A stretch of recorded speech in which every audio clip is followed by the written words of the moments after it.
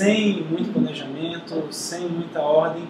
Isso resultou numa sobrecarga dos corredores viários, né, norte e sul, especialmente a de João Batista, Constantino, Torquato, Recife, Paraíba. Existem alternativas para amenizar o engarrafamento nessas vias? Exatamente, você fala o que eu falaria se tivesse que responder uma pergunta feita por você. Temos que amenizar.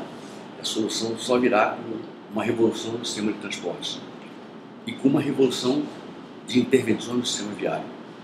Manaus tem recursos limitados, precisa fazer parcerias para aumentar o nível das intervenções. Manaus tem que fazer as intervenções grandes que esse orçamento permita, as pequenas que esse orçamento permita. Então vamos falar de trânsito. Em primeiro lugar, usar a boa engenharia, trabalhar a informática para termos os semáforos inteligentes, trabalharmos as saídas à direita, há cerca de 30 cruzamentos já plotados por nós que podem ser usados já a qualquer momento. Nós trabalharmos as pequenas intervenções que podem ser tanto inversão de mão ou mão única para cá e mão única do outro lado, aliviando o trânsito, medidas inteligentes de engenharia de trânsito, enfim, com intervenções físicas, até sem custo para a prefeitura. Por exemplo, o Implurb recebe uma taxa, uma compensação por um benefício que uma empresa solicitou e obteve. O dinheiro vai para a SMTU ou vai para a própria Secretaria de Obras, é uma coisa para se ver, e se faz uma pequena mexida numa rua que facilita o escoamento do trânsito. Agora, é claro que você me fez uma pergunta especificamente dirigida à questão do trânsito, e nós temos que, sem dúvida, falar de transportes, porque as duas coisas estão juntas. Uma cidade que tem quase 600 mil veículos trafegando, absolutamente na contramão do mundo, o mundo quer se livrar do automóvel, quer se livrar do consumo abusivo de combustíveis fósseis. Nós aqui estamos achando bonito continuar nesse delírio do combustível fóssil, do petróleo, enfim. E vamos ter, por ocasião da Copa, pelo menos 700 mil veículos trafegando em Manaus. Se nós não acordarmos para isso, nós vamos cada vez mais morar menos nas nossas casas e mais nos ônibus, nos táxis, nas vans, esse transporte caduco que está. Não é questão de ter ônibus novos, eles são novos, a frota é boa. É questão de estar inviável o sistema. E quanto à possibilidade de diálogos com a SUFRAMA e o governo federal no sentido de reestruturar a malha viária do distrito industrial, que é responsabilidade deles?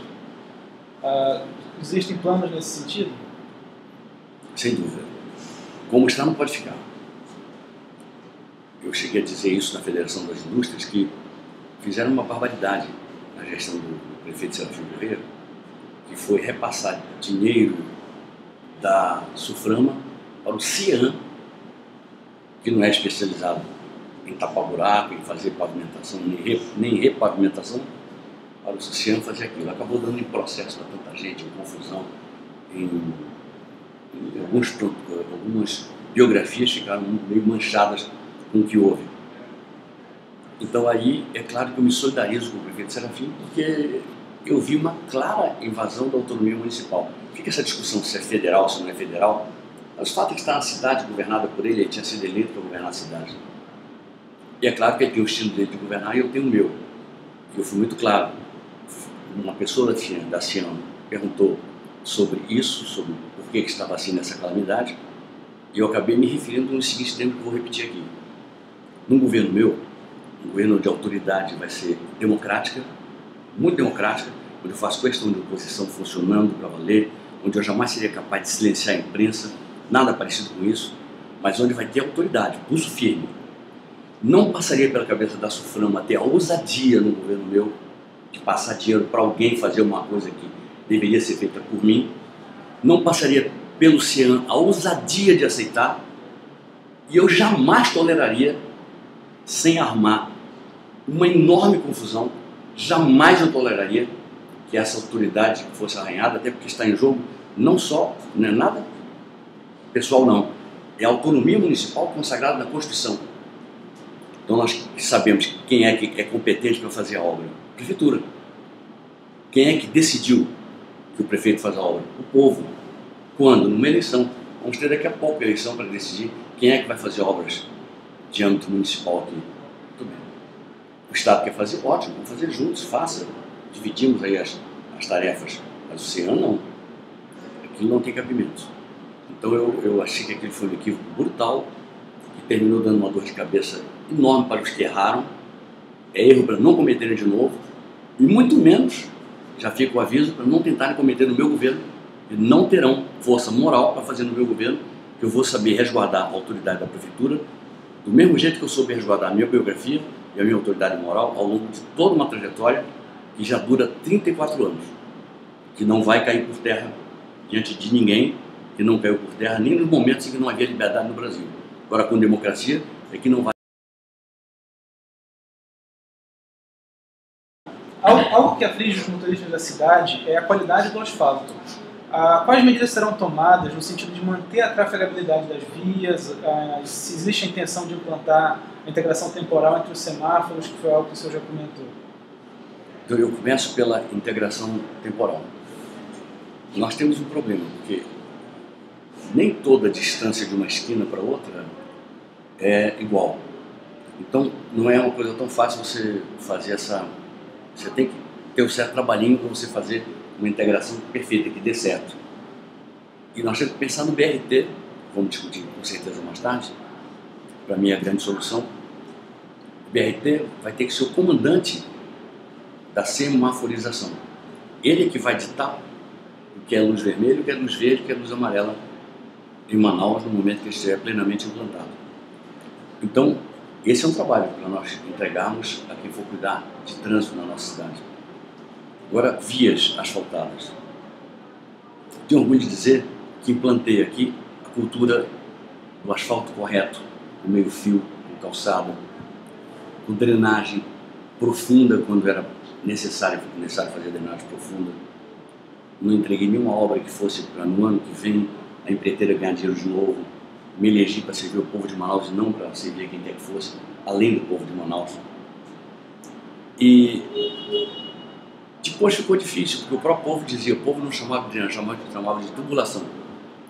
Quando queriam fazer a obra sem a tal tubulação, o pessoal reclamava, e cadê a tubulação? Cadê os tubos? Porque eu implantei a cultura dos tubos. Foram 500 quilômetros de rede de drenagem em Manaus, uma prefeitura pequena e pobre como era aquela que eu governei.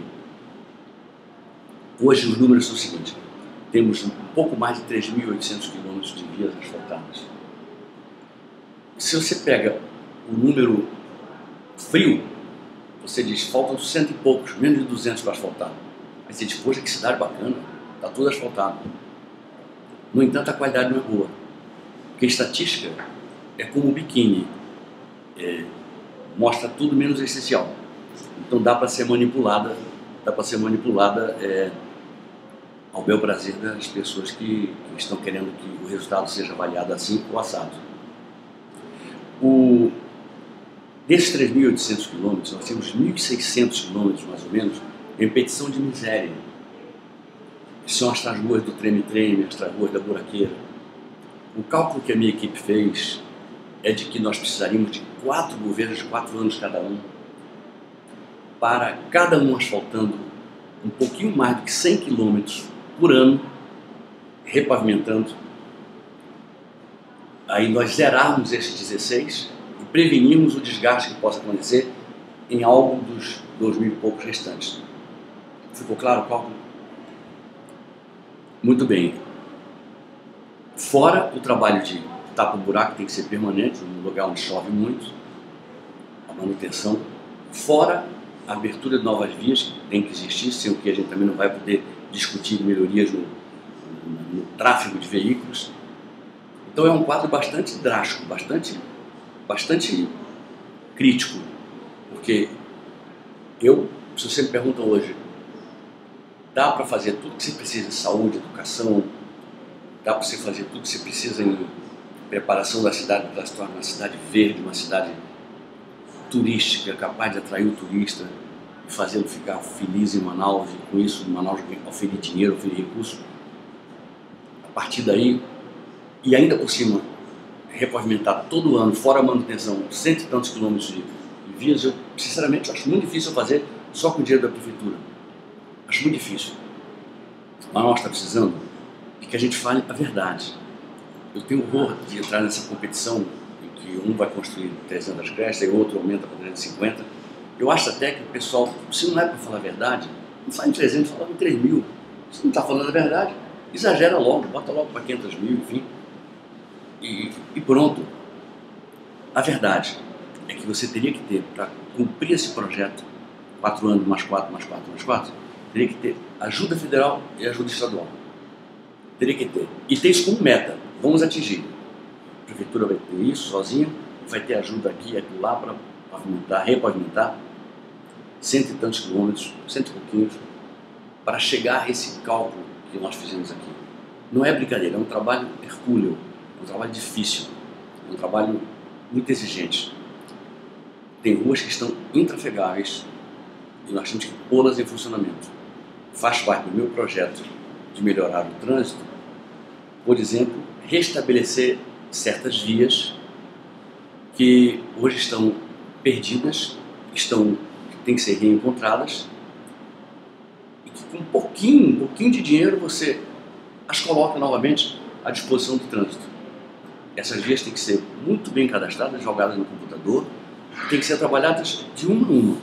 Agora, sempre nós faremos isso levando em conta aquilo que há 11 anos não se faz em Manaus, que é a intervenção no sistema viário de verdade.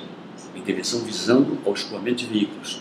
Há 11 anos que fazem várias intervenções na paisagem da cidade, mas praticamente nenhuma delas, as exceções são a Avenida das Torres e a Paraíba, em 11 anos, ou mais de 11 anos. E nós queremos dar um jeito nisso. Queremos olhar esse drama, esse desafio, como uma exigência da própria lucidez de quem governa. Quanto aos pedestres, aos ciclistas, o que será feito para essa passada da população possa trafegar em segurança, já que eles, pelo próprio ato em si, já estão buscando uma alternativa para que se amenize, né, os engarrafamentos de veículos? Em primeiro lugar, eu digo aqui, eu sou ciclista, eu já peço aqui a todos que estão vendo e ouvindo que peçam e aumentem o próprio respeito pelo ciclista. Eu acredito futuramente no ciclismo, na bicicleta, na ciclovia, como um modal de transporte. Acredito nisso. Imediatamente não, porque só complicaria mais. Se fosse pegar arbitrariamente qualquer via nossa fundamental e colocasse uma segregação ali só para o ciclista, você estaria engarrafando mais ainda o trânsito que já está sardinha em lata. Mas dá para fazer a Avenida das Torres, dá para fazer a Avenida do Turismo, dá para você pensar em começar a lançar a filosofia. Porque para mim a prioridade é pedestre, calçada, ciclismo, isso da cidade ideal. Aí vem o transporte de massa, o BRT, e os ônibus tradicionais viram alimentadores desse sistema moderno, contemporâneo. Para mim isso aí funcionaria às mil maravilhas, nós teríamos cidade humana em cima desse grande desafio que é o transporte, que é o trânsito. Agora veja, eu estou convencido que a gente, não estou esquecendo moradia, não estou esquecendo alimentação, não estou esquecendo educação, não estou esquecendo saúde, não esqueço nada. Só estou dizendo que uma das formas de você avaliar o bem-estar de uma cidade, avaliar o nível de vida de uma cidade, a qualidade de vida das pessoas que moram numa cidade, é você analisar o trânsito da cidade, analisar o sistema de transporte. Então, Manaus pode ser muito bem comparada com Curitiba. Curitiba é uma cidade que nos dá uma goleada nesse campo. Nós levamos uma goleada de Curitiba e perdemos de outras cidades também. Nós estamos com um quadro que é irrespirável, que não é um quadro bom, e precisamos começar a melhorá-lo. Se você me pergunta, você vai ser a figura que vai resolver completamente o drama do trânsito? Eu te respondo que não. Não. Eu te respondo que nós não vamos piorar, vamos começar a melhorar, vamos começar a dar soluções, vamos apontar um rumo para que outras prefeituras, acredito muito em continuidade, outras administrações, outras gestões possam continuar nesse rumo. não vou desmentir nada de bom que possa ter encontrado e não vou me arvorar a Salvador da Pátria que não tem vocação para isso. Eu quero simplesmente sugerir que a gente comece a acertar, para que outros venham e acertem também. E nós possamos, com muita honestidade, transformar a cidade que está aí, sofrida, maltratada, numa cidade mais humana. Uma cidade onde cada cidadão possa ter a sua árvore, uma árvore na frente da sua casa. Se a comunidade colaborar e acreditar no poder público acreditar na comunidade, dá para fazer isso. Se não acreditar, a gente vai ter sempre a árvore plantada e ela vandalizada depois. Surgiu há 3 anos atrás, a gente sempre tem acompanhado essas questões do trânsito, do tráfego na cidade de Manaus. E no fim do ano passado nós lançamos um segundo site chamado Ônibus Manaus, que informa os itinerários de ônibus da cidade, por onde cada linha passa.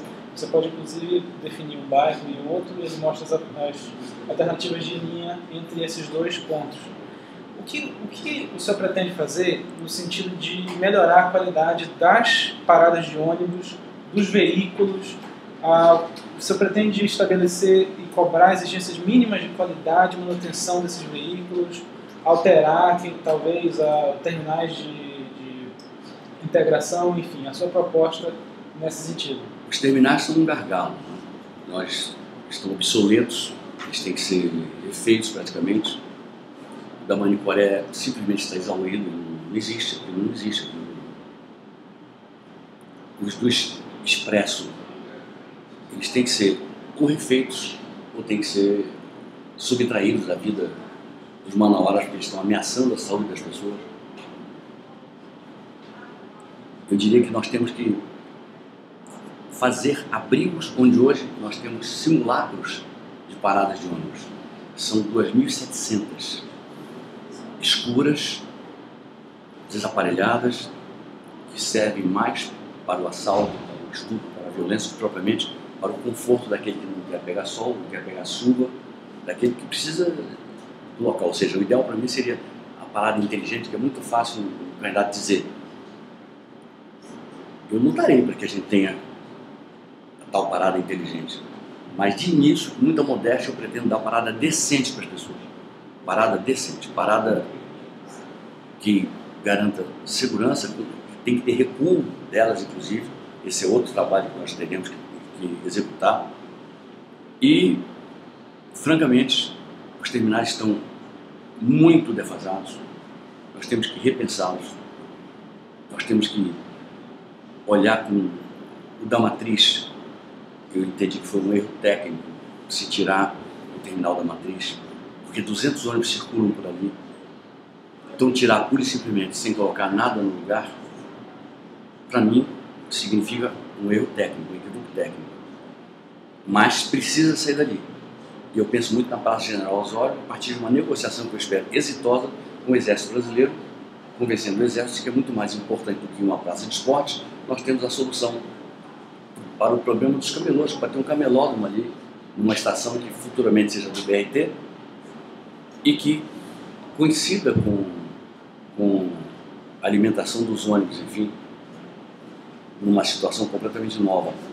Aí você teria então a possibilidade de restaurar a Matriz na beleza que eu conheci quando eu era criança.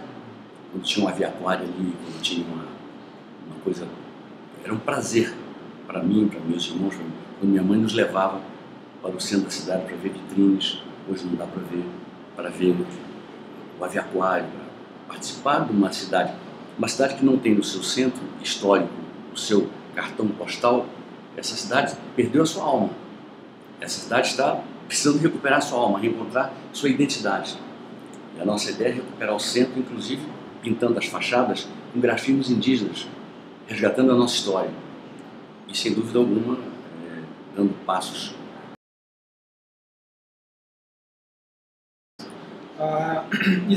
Qual a possibilidade da criação de um sistema de transporte fluvial ou uma outra alternativa ao sistema convencional atual? Eu já vi dizerem assim, vamos fazer também um modal fluvial, como se fosse pegar um picolé ali na esquina, entendeu? E eu não entendo que trânsito seja picolé ali na esquina, nem transporte. É um modal que tem que ser estudado. Porque um terminal fluvial é caro. Você não planta de uma hora para outra.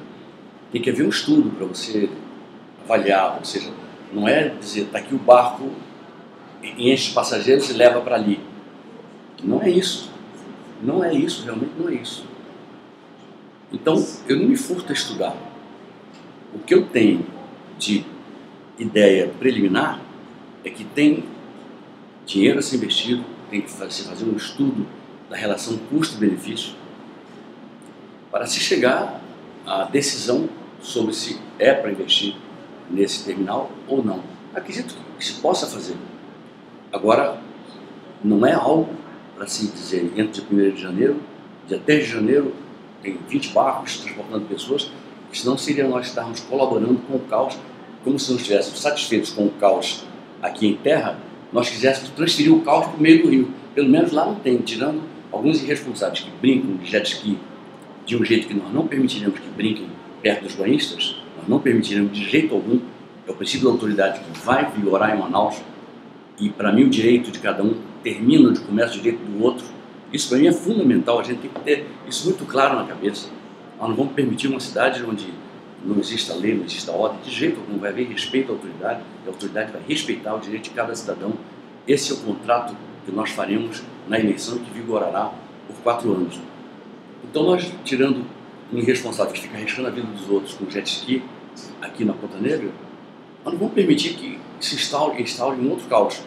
Então, embarcações à vontade, saindo ao Deus dará, levando pessoas para destinos, para portos que não existem, para destinos que não estão preparados para receber os passageiros. Mas estudar o modal fluvial, claro que nós estudaremos, já temos até pensado nele, mas sem grandes ilusões. Nós temos decisões para tomar em terra que são muito exigentes, decisões que exigem atitudes muito concretas de nossa parte, consistindo no principal problema da nossa gestão. Sabemos o que fazer em tudo. Agora, temos dúvidas sobre o quanto poderemos avançar no campo da mobilidade urbana e no campo do trânsito, porque é um desafio e tanto que está posto aí, e se fosse fácil, tinha resolvido. Então, para encerrar a nossa entrevista aqui hoje, o senhor vai ter 6 minutos para comentar a respeito de assuntos relacionados ao trânsito e transporte, que o senhor achar que faltou na entrevista, e fazer as suas considerações finais. Ok, muito obrigado. Achei que foi uma entrevista ótima, muito satisfatória para mim, me deu muita oportunidade de falar. E eu queria me dirigir aos eleitores mais novos de Manaus. Imagino que os mais velhos se lembram muito bem do que vou aqui relatar, que quando me elegi prefeito para o período de 89 a 92, a eleição foi em 88, derrotando um mito, uma lenda da política do Estado, meu amigo, falecido, infelizmente, o professor Gilberto Mestrinho. Uma das razões da minha vitória eleitoral foi precisamente o caos do sistema de transporte. A equação era mais simples. Os ônibus eram cacarecos. Nós colocamos ônibus que transformaram a pior frota do Brasil na segunda melhor frota, atrás apenas de Curitiba. Fizemos um acordo em que nós tínhamos a menor tarifa possível, desde que ela remunerasse o investimento dos empresários. Nunca fiz demagogia com tarifa. E desde que houvesse a remuneração justa aos rodoviários, os empresários tinham que ter garagens que prontamente repusessem as peças para que não houvesse interrupção no funcionamento do sistema. Isso, os benefícios aos motoristas e cobradores valia também para o pessoal das garagens, para os despachantes, para todo mundo, todo o setor. Esses rodoviários tinham que tratar bem deficientes, mulheres grávidas, o público em geral, e funcionou muito bem. Essa equação simples foi muito bem montada, funcionou bem. Terminamos o governo com a Cidade Nova com tábua de horário. O ônibus das 2 horas passa a tal hora. Você pergunta para mim, ele passava exatamente as 2? Ora, o avião da Gol não sai exatamente às 2, o da TAM não sai exatamente às 2. Eu suponho que deveria ter atraso aqui, atraso acolá. Mas era uma tentativa nossa de subir para um outro patamar. Subimos para outro patamar. Diria que viveram durante anos do sistema que nós montamos. Durante anos não houve mais investimento, pelo menos na monta que nós fizemos. E nós tínhamos a preocupação de fazer estradas norte-sul, leste-oeste, que prevenisse as invasões, que garantissem, tanto a expansão da cidade de maneira saudável. Isso está vencido. Não é com essa cabeça que eu pretendo voltar ao governo municipal. Não é com essa cabeça. Eu sei que agora a equação é muito mais sofisticada, é muito mais complicada. Ela exige muito mais dinheiro, muito mais esforço técnico, muito mais decisão acertada, decisão de fino entendimento. E nós entendemos que a solução é o BRT. Se o governador do estado, que recebeu essa herança e está sendo obrigado a tocá-la, se tiver que tocar mesmo o monotrilho, a minha ideia é tirar o BRT do papel e integrá-lo ao monotrilho. Eu, pessoalmente, não acredito no monotrilho como transporte de massa. Eu acredito até no VLT. Mas VLT e BRT não são necessários na mesma cidade. Manaus pode perfeitamente viver do mais barato e do melhor para ela na relação com os benefícios, que é o BRT. Tecnologia brasileira, criada pelo urbanista que foi prefeito 4 vezes de Curitiba, Jaime Lerner, que já funciona muito bem em 101 cidades do mundo. Não tem por que não funcionar bem aqui em Manaus. Ônibus que representam verdadeiros Boeings lotados de pessoas que passam a comandar a semaforização da cidade, que vão desestimular as pessoas a usarem seus carros, porque vão estar engarrafadas naquela... Vai perder glamour você estar no seu carro, que a pessoa vai no seu BRT, olha porque está engarrafado, dá um adeuzinho e passa, enquanto o outro fica preso ali, perdendo tempo. Esse é o caminho, a meu ver. Esse é o caminho, para mim, essa é a solução. Vamos cuidar agora, no tempinho que resta, 1 minuto e meio, vamos cuidar dos impactos na vida de cada um, na saúde. Vamos cuidar dos impactos econômicos. Quando se perde produtividade da economia por se ter um sistema de transporte falho, caduco, esclerosado como que está aí. Vamos pensar na vida sentimental das pessoas. O cara pega um ônibus ou pega um carro, ele vai cheio de romantismo encontrar a namorada, não há romantismo que aguente esse trânsito. Não há mesmo. Isso aí é um anticoncepcional violento. Não há quem tem que ser muito guerreiro para se manter com disposição de amar, de ter doçura nas coisas diante desse quadro de tristeza que a gente vê. Então, é um desafio. Eu volto a dizer, saúde dá para se fazer. Educação, com certeza. Meio ambiente e tanta coisa que a gente pode dizer com certeza que dá para fazer, e muito além do que está feito. O desafio da mobilidade urbana é aquele que eu encaro não com medo, porque se tivesse medo dele, não me candidataria a prefeito. Acho que eu encaro com mais respeito, assim, aquele respeito do adversário. Eu sei que eu tenho um adversário muito forte, que é o quadro de caos que está instalado. Nós vamos enfrentar, se Deus quiser, conseguir avanços, nocaute não, mas avanços significativos para melhorar a qualidade de vida dos nossos habitantes de Manaus, nossos irmãos manauares e brasileiros que aqui residem. Muito obrigado pela sua participação. Eu agradeço. Essa foi a segunda entrevista com os candidatos a prefeito do Trânsito Manaus.